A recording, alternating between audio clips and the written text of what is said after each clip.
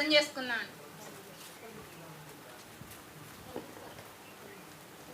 ప్రియ పరలోకమందున మా తండ్రి, సంఘంగా కూడుకున్న మేమందరం కూడా నీ మాటలను విని మాటల ప్రకారం మా బ్రతుకులను సరిచేసుకునే భాగ్యం దయచేయి నాయన.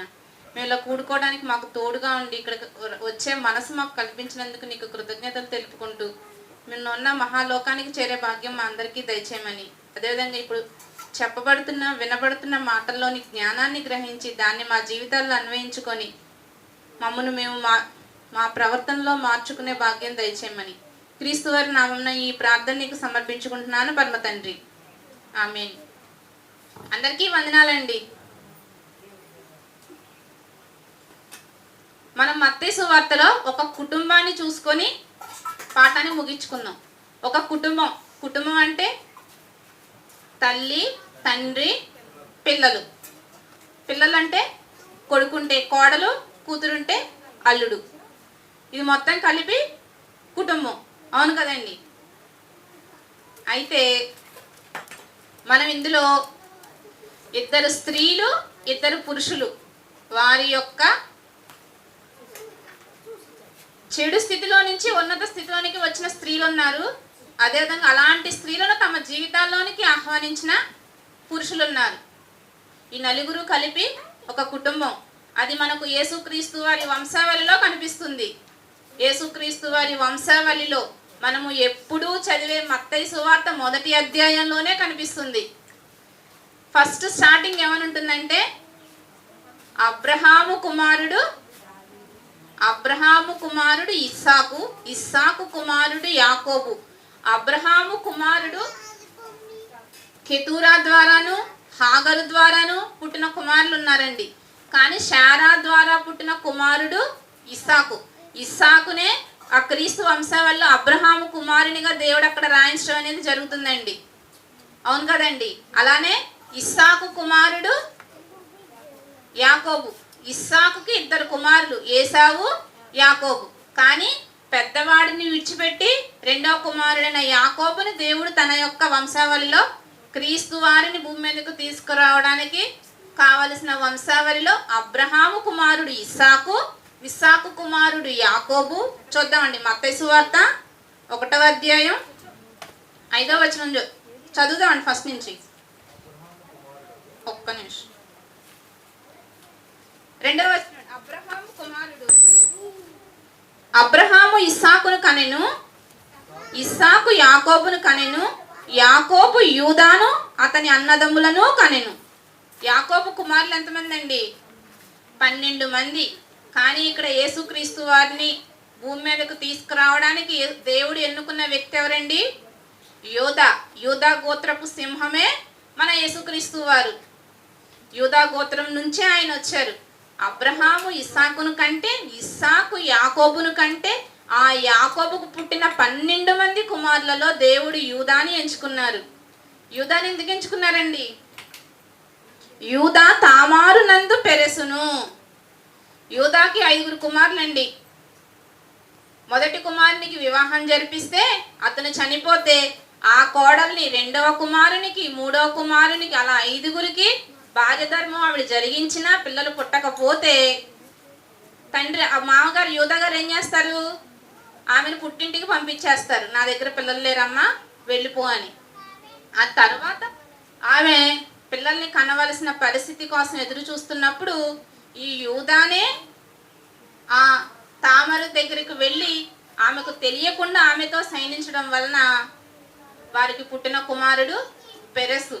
కానీ ఈయన ఆమె మీద నింద మోపాలని యూదా గారు చూసినప్పుడు ఆమె అతని దగ్గర ముందుగానే నువ్వు వచ్చి నా దగ్గరకు వచ్చి సైనించి వెళ్ళినట్టుగా నాకు సాక్ష్యం కావాలి అంటే అతని యొక్క చెప్పులేనండి, చేతికర్ర కడియం తీసుకుంటది.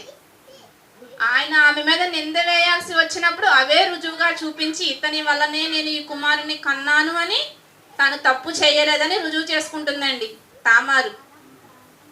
అంతే కదండి.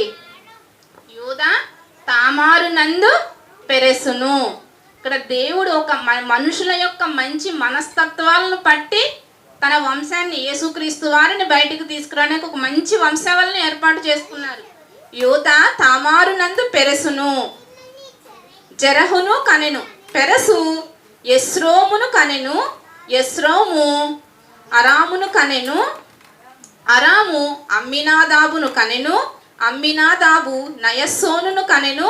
నయస్సోను సల్మానును కనెను. సల్మాను రాహాబు నందు బోయజును కనెను. మనందరికీ యోధా వరకు తెలుసు, పెరసు వరకు తెలుసు. అక్కడి నుంచి ఈ బోయజు వరకు మనకు తెలియదండి, అవును కదండి. కానీ ఇక్కడ ఈ సల్మాను రాహాబు నందు బోయజును కనెను. రాహాబు ఎవరండి? రాహాబను వేశ్య ఇంటికి యెహోషువ గారు వారు ఇజ్రాయిల్ ఆ ప్రాంతాల్లో పాలు తేనెలు ప్రవహించే దేశంలో ఉండటానికి వాళ్ళని పంపించడానికి ముందు వేగుల వారిని పంపిస్తే ఈ రాహాబను వేశ్య వారికి మీ దేవుడు చేసిన గొప్పతనము, మీ దేవుడే భూమి మీదను ఆకాశము క్రిందను మీ దేవుడే గొప్ప దేవుడు అని దేవుని గురించి మంచి సాక్ష్యం ఇచ్చి ఆ వేగుల వారికి సహాయం చేసి వారి దేశం వారి వల్ల ఆ వచ్చిన వేగుల వారికి ఏ అపాయము జరగకుండా మీరు మళ్ళీ ఈ దేశాన్ని స్వతంత్రించుకునే సమయంలో మన కుటుంబాన్ని, నన్ను, నా తండ్రిని, నా ఇంటి వారిని జ్ఞాపకం చేసుకొని నాకు మంచి సహాయం చేయమని అడుగుతుందండి ఈ రాహాబను వేశ్య. యెహోషువ గారు అలానే స్వతంత్రించుకున్నప్పుడు, కానీ వాళ్ళు తిరిగి వెళ్ళేటప్పుడు ఆ వేగుల వారు ఆ కిటికీకి ఎర్రని తాడు ఒకటి కట్టి వెళ్తారు, గుర్తుగా దారం కట్టి వెళ్తారు. అదే జ్ఞాపికగా ఉంచుకొని యెహోషువ గారు వచ్చినప్పుడు ఈ రాహాబును, అతని తండ్రిని, అతని కుటుంబాన్ని, తన సహోదరులందరినీ జ్ఞాపకం ఉంచుకొని వారిని ఒక్కరినే అక్కడి నుంచి బయటకు తీసుకువచ్చి ఆ దేశం మొత్తాన్ని నాశనం చేసేస్తారండి. ఇలాంటి ఈ వేశ్య ఉండి తాను చేసే వృత్తి చెడు వృత్తి అయి ఉండి కూడా నిజమైన దేవుడు ఎవరో తెలుసుకుందండి. దేవుడంటే ఈయనే. ఎన్నో ఆశ్చర్య కార్యాలు, ఎన్నో అద్భుత కార్యాలు చేశారు. మోషే గారి సమయంలో ఆవిడ చెప్తుంది, ఎర్ర సముద్రాన్ని పాయలు చేశారు. ఎర్ర సముద్రాన్ని పాయలు చేసిన దేవుడు మీ దేవుడు. ప్రపంచం మొత్తాన్ని నాశనం చేసి అందరికీ మీ ముందు మా దేశం నిలవలేదు అని సాక్ష్యం ఇచ్చింది ఆవిడే. అంత గొప్ప దేవుడు మీ దేవుడు అని చెప్పింది. అంటే ఏంటండి, ఆవిడ రాహాబు అనే వేశ్య తను చేసే వృత్తి, ఆనాటి కాలంలో అలాంటి వృత్తి ఆవిడ చేస్తుంది. అలాంటి వృత్తి చేసే వాళ్ళు ఉన్నారు. అయినప్పటికీ తన వృత్తిని బట్టి తాను చెడ్డదానిగా కనపరుచుకోకుండా తన మంచి మనసును, దేవుని యందు తనకున్న భక్తిని కనపరుచుకొని చక్కగా ఇజ్రాయిల్ మధ్య నివసిస్తూ ఉందని అక్కడ మన యెహోషువ గ్రంథంలో చూసుకుంటే మనకు కనిపిస్తుందండి. ఆ అధ్యాయం చివరికి వచ్చేసరికి అంటే సల్మాను రాహాబు నందు బోయజును కనెను. అంటే ఇవిడ దేవుడిని తెలుసుకున్న తరువాత తాను చేసే వృత్తిని విడిచిపెట్టి ఉండొచ్చు. ఈ సల్మాను ఆ వేశ్యను వివాహం చేసుకున్నాడు అంటే అతను ఎంత నీతిమంతుడై ఉంటాడు.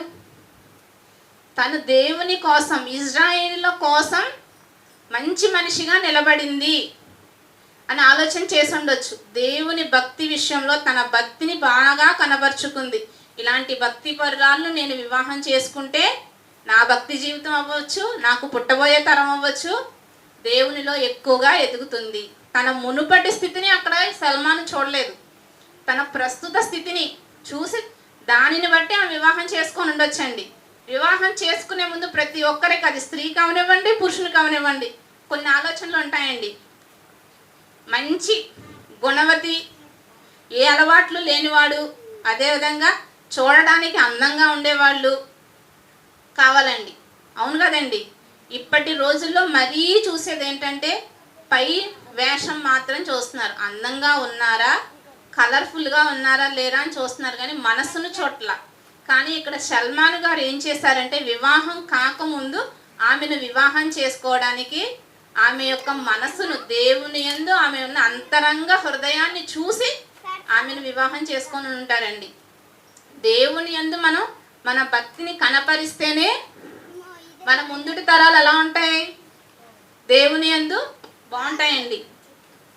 మనం పైకి భక్తి పరులుగా కనిపిస్తూ లోపల మనం క్రియలు కనిపించలేదు అనుకోండి, ఆవిడ అక్కడ భక్తిని కనపరిచింది, విశ్వాసాన్ని కనపరిచింది, వాళ్ళు వస్తారనే విశ్వాసాన్ని కనిపించింది, దేవుడంటే ఎవరో తెలుసుకుంది, దేవుణ్ణి గొప్పగా మహిమపరిచింది.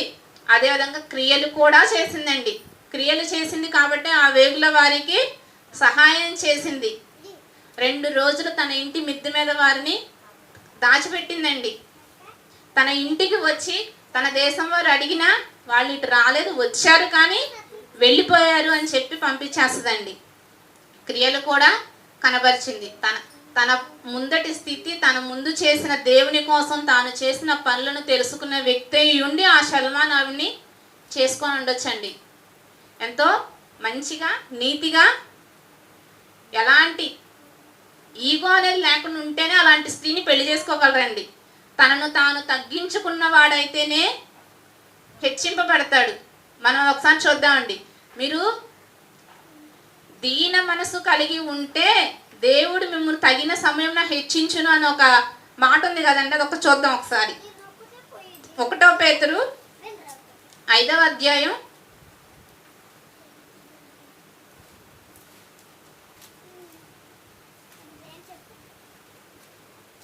5-6 వచనాలు.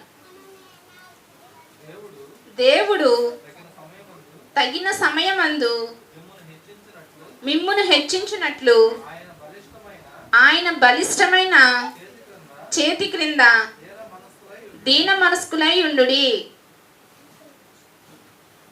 దేవుడు తగిన సమయమందు మిమ్మును హెచ్చించినట్లు ఆయన బలిష్టమైన చేతుల కింద దీన మనస్కులై ఉండుడి.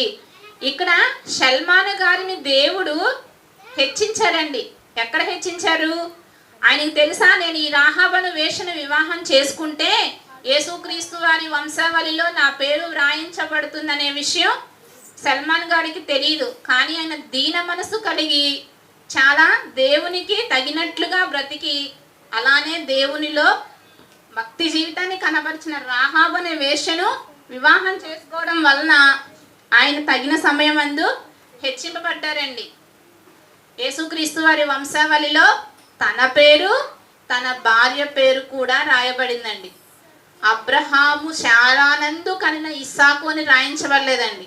అంటే వారిని తక్కువ చేద్దామని కాదు, కానీ ఇక్కడ ఈవిడ తక్కువ స్థితిలో ఉన్న ఈవిడ భక్తి దేవుని గురించి తెలుసుకున్న తర్వాత భక్తి విషయంలో చాలా గొప్పగా కనబడుతుంది. కాబట్టి దేవుడు ఇక్కడ సల్మానును అదేవిధంగా రాహాబును కూడా గణపరిచినట్లుగా తగిన సమయమందు వారిని హెచ్చించినట్లుగా మనం ఇక్కడ చూస్తున్నామండి.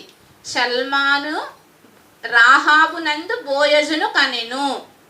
అర్థమైందండి?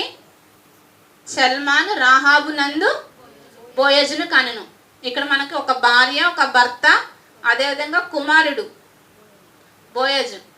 చాలా మంచి నీతిమంతుడిని భర్తగా పొందినట్లు ఆమె యొక్క పరిస్థితిని కూడా, ఆమెను ఇన్సల్ట్ చేయకుండా ఆమె యొక్క పరిస్థితిని బట్టి కూడా ఆమె గురించి తెలుసుకొని కూడా ఆమెను వివాహం చేసుకోవడానికి ఇష్టపడే ఆమెను వివాహం చేసుకున్నాడు. అదేవిధంగా వారికి పుట్టిన కుమారుడు బోయజు గురించి అయితే మనం అసలు చెప్పుకోనవసరమే లేదండి. ఎన్నిసార్లు నేర్చుకున్నామో. రూతు గారి గురించి చెప్పుకొనవలసిన పరిస్థితి వచ్చినప్పుడల్లా బోయజు గారు వస్తారండి మనకి. అవును కదండి? అసలు నెక్స్ట్ వచనం, సల్మాను రాహాబు నందు బోయజును కనెను, బోయజు రూతు నందు ఓబేదును కనెను. బోయజు రూతు నందు ఓబేదును కనెను. అదేంటండి ఇక్కడ రూతు పేరు రాయించారు? రూతు గారు బోయజు గారు కూడా యేసుక్రీస్తు వారి వంశావళిలో కనిపిస్తున్నారండి. అవును కదా? ఇంకా ఎవరి పేర్లు రాయించలేదు. అక్కడ తామారు ఒకటి, ఆమె యొక్క మంచి మనస్సును మంచి ప్రవర్తనను బట్టి తామారును రాయించారు యూదా గారి సందర్భంలో. ఇక్కడ రాహాబును సల్మానును, అదేవిధంగా బోయజును రూతును. రాహాబు అనే ఆవిడ ఒక వేశ్య. అవి చేసేది తప్పుడు పనైనా తన తప్పును తెలుసుకొని దేవుని తెలుసుకున్న తర్వాత దేవుని బిడ్డగా ఇజ్రాయేల్ మధ్య జీవిస్తూ ఇజ్రాయేలునే పెళ్లి చేసుకోవడం జరిగిందండి, యోధా వంశస్థుడిని. ఆమె నుంచి పుట్టిన వాడే బోయజు. రూతు గారు బోయజును పెళ్లి చేసుకోవాలంటే నయోమి గారికి కోడలు అవ్వాలి. నయోమి గారికి కోడలు అవ్వాలి అంటే నయోమి గారు వారి ఉన్న ప్రాంతంలో కరువు రావాలి. తన కుటుంబాన్ని తీసుకొని ఈ రూతు గారు ఉన్న చోటకి, మోయాబీలు ఉన్న చోటకి రావాలి. అక్కడ ఈవిని పెళ్లి చేసుకోవాలి. అక్కడ పెళ్లి అయిన తర్వాత తన కుమారులిద్దరూ తన భర్త కూడా చనిపోవాలి.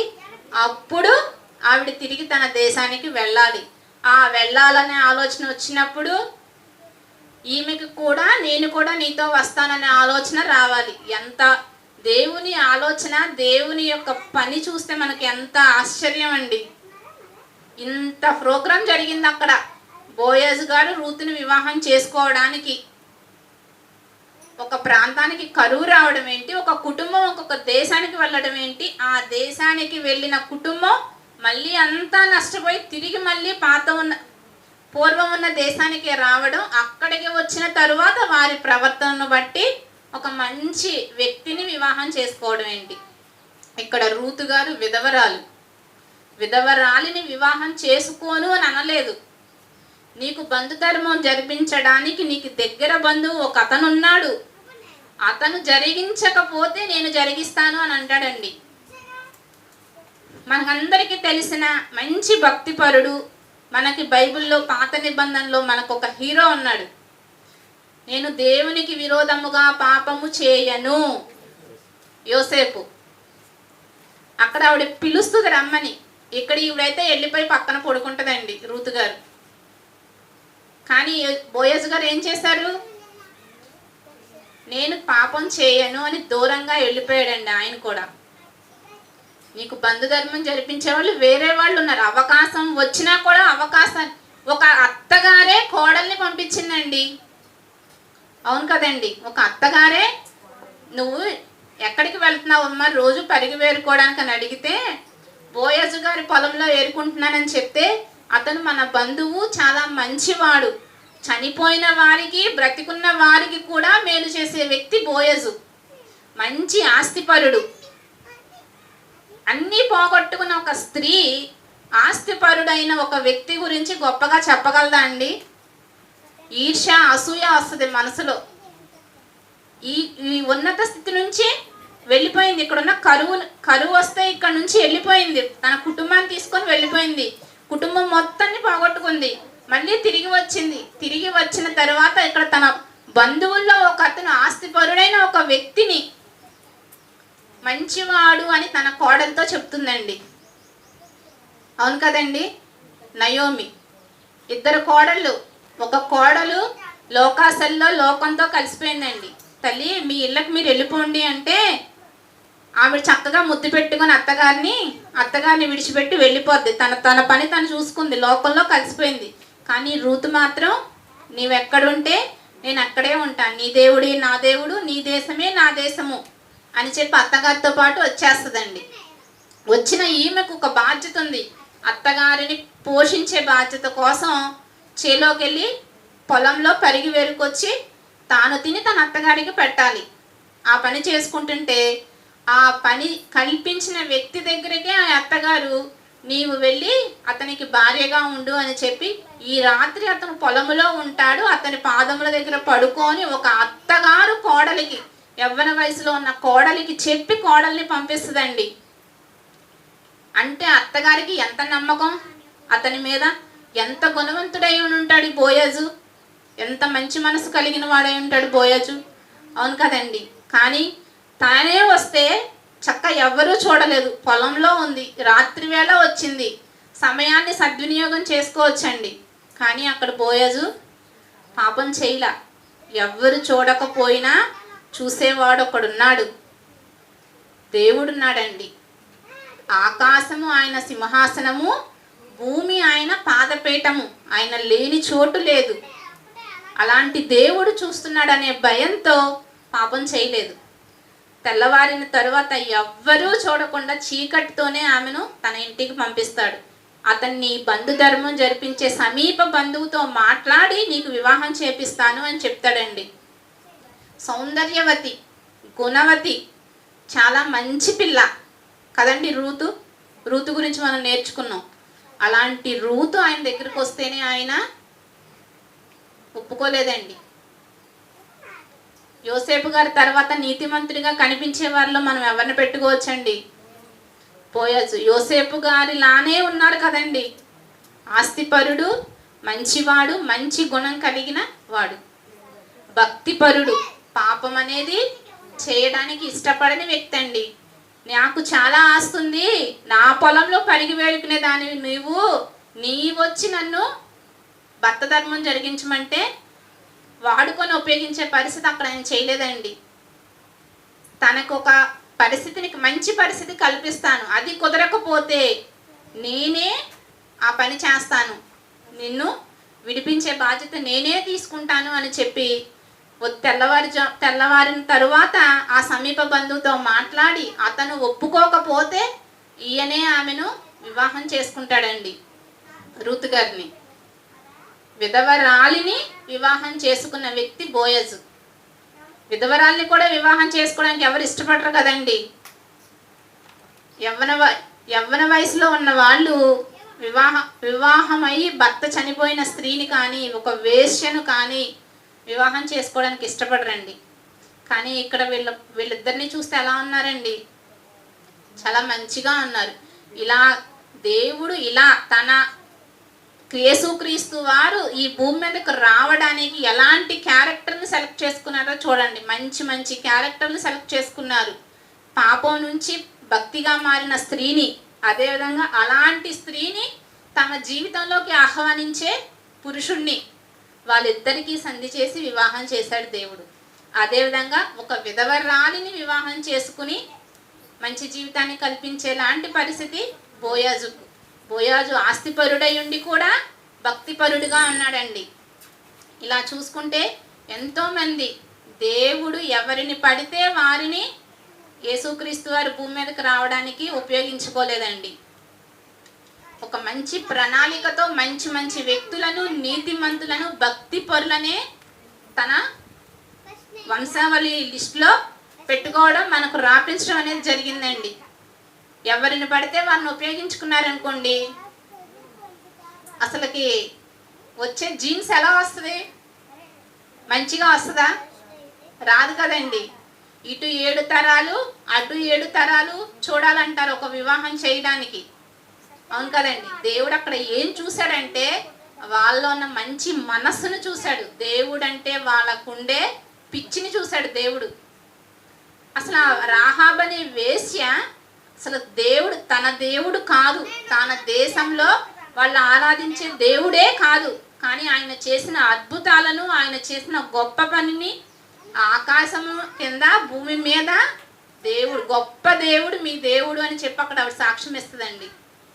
ఇక్కడ ఈ రూతు నీ దేవుడే నా దేవుడు అని చెప్పి అత్తగారితో ఏమీ తెలియని దేశానికి, ఎవరూ తెలియని ప్రదేశానికి వస్తుందండి.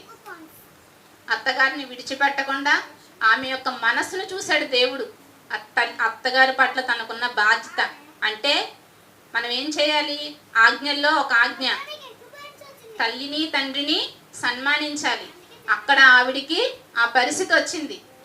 అత్తగారిని చూసే బాధ్యత, అత్తగారిని తల్లిగా భావించి తన బాధ్యతను స్వీకరించిందండి.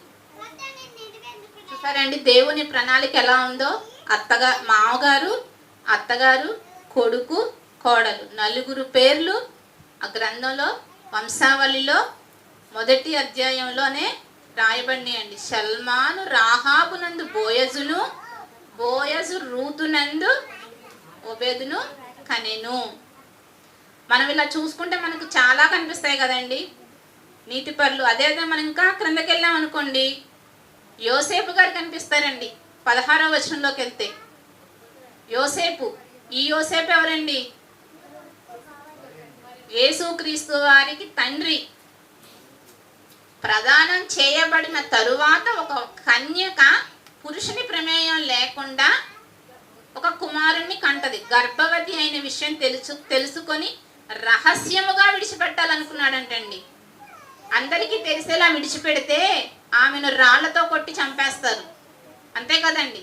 ధర్మశాస్త్రం ప్రకారం వ్యభిచారం చేసినట్లు బయటపడితే రాళ్లతో కొట్టి చంపాలి, మోషే గారి ధర్మశాస్త్రం ప్రకారం. ఇక్కడ ఈయన ఏం చేశాడంటే రహస్యంగా విడిచిపెట్టేయాలనుకున్నారు. ఆమెను అవమానించడానికి ఇష్టపడలేదు. అంటే ఇతని మనస్సును చూశాడు దేవుడు. నేను యేసుక్రీస్తు వారిని భూమి మీదకి పంపించాలి అంటే తగిన వ్యక్తి కావాలి. మరి తండ్రిగా అతని యొక్క ఆలనా పాలన చూడడానికి అక్కడ యోసేపు గారిని ఎన్నుకున్నారండి. ఈవిడేమో మరియ గారేమో అంగీకరించింది. కన్యకగా అయినా సరే ఒక కుమారుని, ఎన్ని నిందలు వచ్చినా దేవుని కుమారుడు దేవుడిని భూమి మీదకు తీసుకురావడానికి ఆవిడ అంగీకరించింది. మంచి మనసు కలిగింది, భక్తిని కనపరిచింది. అదే భక్తి అక్కడ యోసేపు గారిలో కూడా కనిపిస్తుందండి. దేవుడు వచ్చి ఆమె పరిశుద్ధాత్ముని వల్ల కుమారుని కంటుంది కాబట్టి నీవు ఆమెను విడిచిపెట్టవద్దు అని చెప్తే అందుకు అంగీకరించి యోసేపు గారు కూడా తన యొక్క భక్తిని, తన యొక్క భక్తిలో తన క్రియలను కనపరుస్తారండి. ఆమె యేసుక్రీస్తు వారిని కనే వరకు కూడా ఆమెను ఎరగకుండా ఆమెతోనే ఉంటూ అతని యొక్క బాధ్యతలను యోసేపు గారు తీసుకుంటారండి. ఇలా మనం చూసుకుంటే వెళ్తే ఎంతో మంది భక్తి పరులు మనకు కనిపిస్తూనే ఉంటారండి. మనకు ఇంతవరకు తెలియని ఒక మంచి విషయాన్ని తెలుసుకున్నాం కదండి. తెలియని విషయమైనా తెలిసిన విషయం అండి. ఎన్నోసార్లు చదివాం కానీ మనకు ఒక్కసారి కూడా థాట్ రాలేదు. సల్మాను రాహాబు నందు బోయజును, బోయాజు రూతు నందు ఓబేదును. రాహాబను వేశ్య అని మనం అనుకుంటున్నాం కానీ ఆమె వలన దేవుని పని అనేది జరగటానికి దేవుడు ఆమెను ఎప్పుడో ఎన్నో వేల సంవత్సరాల క్రితమే తన యొక్క ప్రణాళికలో ఉంచుకున్నారండి. రాహాబను వేశ్యను, రూతు గారిని అసలుకి తన జనాంగమే కానీ ఒక స్త్రీని తన జనాంగంలోనికి తీసుకురావడానికి దేవుడు ఒక ప్రణాళికను వేశాడు. ఒక కుటుంబాన్నే చిన్న భిన్నం చేసేసారండి. అవును కదండి. ఇలా దేవుడు చేయాల్సిన పనులు దేవుడు తన బిడ్డలను లోకానికి కనబరచడానికి ఎన్నో కార్యాలు చేస్తూనే ఉంటారండి. కాబట్టి మనకు మంచి జరిగినా చెడు జరిగినా దేవుని ప్రణాళికకు మనం అవకాశం ఇవ్వాలండి. ఇప్పుడు మనం బస్ డ్రైవ్ చేస్తున్నారు, బస్సు కాదు కార్ డ్రైవ్ చేస్తున్నాం. కార్లో డ్రైవ్ చేసే సీట్లో మనం కూర్చున్నాం. పోనీ మనకి ఎవరికి కార్ లేదు కాబట్టి బైక్ ఉందండి, బైక్ డ్రైవ్ చేసే సీట్లో మనం కూర్చున్నాం. ఎదురు మన పరిస్థితి కొంచెం విషమకరంగా ఉంది. ఏమంటే నేను ఒక ఉపమానం చెప్తున్నా, రియాలిటీలో కాదు, రియాలిటీని బట్టి ఉపమానం చెప్తున్నా. జీవితం అనే బైక్లో మనం డ్రైవ్ చేస్తుంటే ఆ డ్రైవింగ్ పొజిషన్ని దేవునికి ఇచ్చామనుకోండి సేఫ్గా చేరుస్తారు. అర్థమైందా? బైక్ డ్రైవ్ చేస్తున్నాం, చేసేది మనమే. మనం వెనక్కి జరిగి ఆ ప్లేస్లో దేవుణ్ణి కూర్చోబెట్టామండి. ఆయన ఎటు తీసుకెళ్తే అటు. ఇంకా అర్థం కాలేదా? ఈ రోజు కాలంలో అందరికీ వచ్చండి బైక్ డ్రైవింగ్. భార్యకి వచ్చు, భర్తకి వచ్చు. బయటికి వెళ్ళి లోకంలో చూస్తే ఎవరైనా డ్రైవ్ చేసుకుంటూ వెళ్ళిపోతున్నారు. చిన్న చిన్న పిల్లలు కూడా డ్రైవ్ చేసుకుని వెళ్ళిపోతున్నారండి. మనకి ఎందుకులే అని చెప్పి మనం వెనక కూర్చొని మన ముందు వేరే వాళ్ళని కూర్చోబెట్టామండి. ఎటు తీసుకెళ్తే అటే అతనే తీసుకెళ్తాడులే అని. ఆ కూర్చోబెట్టిన వ్యక్తి దేవుడండి. దేవుణ్ణే కూర్చోబెడితే, ఎవరినో కూర్చోబెడితే తీసుకెళ్ళి ఆ డ్రైనేజీలో పడేయచ్చు, లేకపోతే ఏట్లో పడేయచ్చు, గుంటలో పడేయచ్చు, యాక్సిడెంట్ చేయొచ్చు. కానీ దేవుడైతే జాగ్రత్తగా తీసుకెళ్ళి గమ్యానికి చేరుస్తారు. కాబట్టి మనం లేచిన వెంటనే మన యొక్క బాధ్యతను, ఈరోజు నడిపించే బాధ్యతను దేవునికి అప్పగిస్తే ఆయనే చక్కగా ప్రతిరోజు మన బాధ్యతను దేవునికి అప్పగిస్తే ఆయన ప్రణాళికలో ఎన్ని కార్యాలు ఉన్నాయో అన్ని కార్యాలు కూడా. ఒకసారి కీర్తనల గ్రంథం చూడండి. కీర్తనల గ్రంథము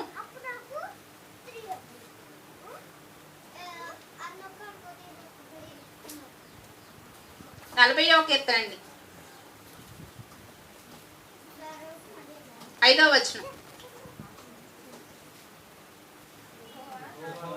యెహోవా నా దేవా, నీవు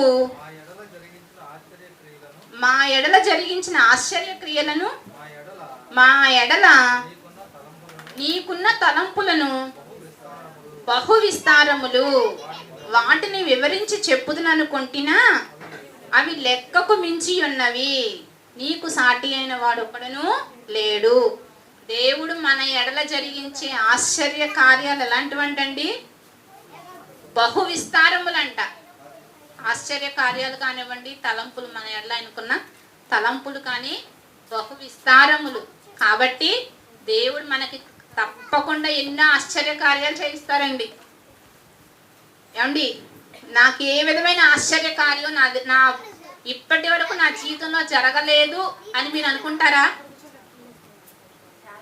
మనం నిజమైన దేవుణ్ణి తెలుసుకోవడమే గొప్ప ఆశ్చర్య కార్యం అండి. నేను ఈ రోజుకి అనుకుంటాను, నిజమైన దేవుణ్ణి తెలుసుకోవడమే గొప్ప ఆశ్చర్య కార్యం. అవును కదండి? కాదంటారా? దీనికి మించిన ఆశ్చర్య కార్యం మన బ్రతుకులో జరగడం అవసరం అంటారా? నిజ దేవుణ్ణి తెలుసుకోవడమే చాలా గొప్ప అండి. ఇది తెలియని వారు ఎంతో మంది, మనలాంటి వారే, మనకన్నా గొప్పవారు చాలా మంది ఉన్నా నిజమైన దేవుడి గురించి ఎవరికి ఆలోచన లేదు, అవగాహన లేదు. చనిపోయిన తర్వాత మన పరిస్థితి ఏంటో ఎవరికి తెలియదు. పుట్టక ముందు మనం ఎక్కడున్నామో కూడా ఎవరికి తెలియదండి. కానీ దేవుడు మనకు తెలియజేశాడంటే ఆయన తలంపుల్లో, ఆయన జరిగించే ఆశ్చర్య కార్యాల్లో దేవుడు మనల్ని వాడుకుంటున్నారు. ఆయన యొక్క తలంపుల్లో మనం ఉన్నాం. అలా మనం ఉండాలి అంటే మనం దేవుని కోసం, దేవుని మహింపరిచే వారంగా, దేవుని పని చేసేవారంగా మనం ఉండాలండి. ఇక్కడ ఉన్నంతసేపు ఎంతో భక్తిగా, ఎంతో చక్కగా అనిపిస్తుందండి. బయటికి వెళ్తే మాత్రం అది చాలా కష్టమైపోతుందండి, చాలా కష్టమైపోతుంది. ఆ ఓర్ప అత్తగారి మాట విని మొదట వెళ్ళనన్నా వెళ్ళిపోయిందండి. మనం కూడా అంతే, ముందు కాదు కాదు కాదు అనుకుంటానే ఆ పనిలోనే, ఆ లోకంలోనే, లోక పనుల్లోనే కలిసిపోతున్నామండి. కాబట్టి మనం చాలా జాగ్రత్తగా దేవుని యందు తప్పిపోకుండా ఉండాలండి. దేవుని ఆలోచనల్లో, దేవుని యొక్క తలంపుల్లో మనం ఉన్నాం. దాన్ని మనం పోగొట్టుకోకూడదు. ఆ మహాలోకానికి మనం చేరాలి. ఎంతో మంది నీతిపరులు, మనం ఏం చేస్తామంటే ఆ మునుపటి స్థితినే చూస్తున్నాం, కానీ మారిన తర్వాత వాళ్ళ స్థితిని మనం చూడట్లేదండి. మనమే కాదు, మన చుట్టూ ఉన్న వారందరూ కూడా అదే చూస్తున్నారు. మనం మొదటి నుంచి ఉన్న స్థితిని చూస్తున్నారు, కానీ మనం మారిన తర్వాత, దేవునిలోకి వచ్చిన తర్వాత మన స్థితిని చూడట్లేదండి. వాళ్ళు చూసినా చూడకపోయినా దేవుడు మన ప్రస్తుత స్థితిని చూస్తారు. దానిని బట్టే మనల్ని చివరి వరకు నడిపిస్తారు, పరలోకానికి తీసుకువెళ్తారు. మనం ఈ రోజు లేచామంటే దేవుని కోసం పవిత్రంగా, పరిశుద్ధంగా, పాపం అనేది లేకుండా బ్రతుకుతూ ప్రతిరోజు కూడా ఈ రోజే మనకు తీర్పు దినం అనుకున్నాం అనుకోండి, మనకి రిజల్ట్ ఈ రోజే, ఇంటర్మీడియట్ రిజల్ట్ ఈ రోజేనండి. మనకి రిజల్ట్ ఈ రోజే, పరలోకానికి రిజల్ట్ ఈ రోజే అన్నట్లుగా మనం బ్రతుకుతున్నాం అనుకోండి. ప్రతిరోజు కూడా చక్కగా ఆలోచన, వెళ్తామా వెళ్ళలేమా అనే ఆలోచన లేకుండా మనం పరలోకం వెళ్ళిపోవచ్చండి. మనకు ఆయుష్కాలం చాలా ఉంది, ఎంత ఉందో మనకు తెలియదు. దేవుడు తన గ్రంథంలో రాసేసుకున్నారు. మన దినములు ఒకటైనను కాక మునుపే ఆయన తన గ్రంథంలో లిఖితము చేసేసుకున్నారు. కాబట్టి ఏ రోజు రమ్మంటారో, ఏ రోజు తీసుకెళ్తారో తెలియదు. కాబట్టి మనల్ని మనం జాగ్రత్త పరుచుకుంటూ, భక్తులను వారి జీవితాలను చదువుకుంటూ, వారిలాగా క్రియలను జరిపిస్తూ, విశ్వాసంలో ఉంటూ, భక్తిగా, నీతిగా, నీతి న్యాయాలను జరిగించుకుంటూ. ఏమండి, ఎగ్జామ్ రాసే వాళ్ళందరికీ కీర్తనలు టాస్క్, అవును కదండి? కీర్తనల గ్రంథం చదివితే ఉందండి, చదివినంతసేపు వచ్చే సంతోషం అంతా ఇంత కాదు. చదివి పక్కకు వచ్చామనుకోండి మళ్ళీ లోపల కలిసిపోతున్నాం. కానీ చదువుతున్నంతసేపు కూడా ఎంత బాగుందో. నీతి న్యాయాలను జరిగించాలి. నీలో అనారోగ్యం రాకుండా ఉంటే, కోపం రాకుండా ఉంటే అనారోగ్యం రాదంటండి. అసలుకి ఏం మాటలండి, కోపం లేకపోతే అనారోగ్యం రాదంట. కోపాన్ని తగ్గించుకోవాలంట. అసలుకి నీతిగా బ్రతికావా, దేవుడు నిన్ను, నీ పిల్లలను, నీ తరతరాలను కాపాడుతూ ఉంటాడంట. నీతిని, న్యాయాన్ని జరిగిస్తూ బ్రతికితే మనం ఎక్కడికి, పరలోకానికి అసలు చదువుతుంటే, నేను చదివింది కొన్ని అధ్యాయాలే, మొత్తం పూర్తిగా కూడా చదవలేదండి, కంప్లీట్ చేయలే. అసలుకి కృష్ణ నేను మొత్తం రాసేసాను అక్క అని చెప్తే, అమ్మో ఇక్కడ అసలు ఇన్ని ఉన్నాయి, ఇవన్నీ ఎలా గుర్తు పెట్టుకుంటాము అనిపిస్తుందండి. 250% ఇచ్చారు. మధ్య మధ్యలో ఒక్కొక్క అధ్యాయాన్ని తీసేశారు. అయినా సరే చాలా కష్టమండి. కానీ వచ్చిన ప్రశ్నలే రిపీటే అవుతున్నాయి. కానీ చాలా బాగుందండి కీర్తన గ్రంథం. ఏమండి, కీర్తన చదువుకోలేని వారికి ఒక ఆప్షన్ ఉందండి. టచ్ ఫోన్ ప్రతి ఒక్కళ్ళం వాడుతున్నాం.